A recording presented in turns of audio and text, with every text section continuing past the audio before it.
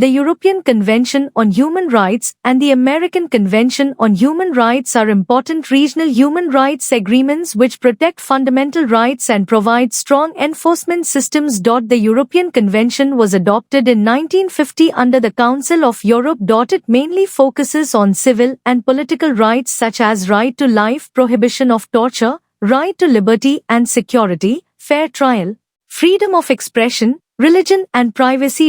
Its most important feature is the European Court of Human Rights, where individuals can directly file complaints against their own state if their rights are violated. The decisions of this court are binding on member states, which makes this system very effective. A simple case study is Handyside v. United Kingdom. In this case, a publisher was punished for publishing a book considered obscene. He claimed violation of freedom of expression.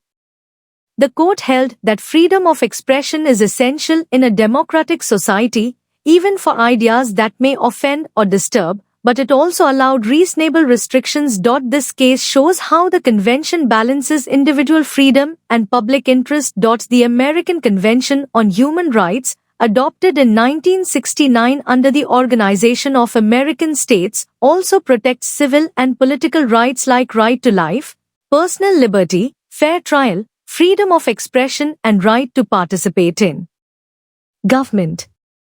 It established the Inter-American Commission and the Inter-American Court of Human Rights for supervision and enforcement. Unlike Europe, individuals usually approach the Commission first, which may then refer the case to the court. This system is also important for protecting human rights in the American region. A simple case study is Velázquez-Rodriguez v. Honduras. In this case, a person was forcibly disappeared by state authorities. The court held the state responsible for violating the right to life and liberty and stated that governments must not only respect rights, also ensure protection.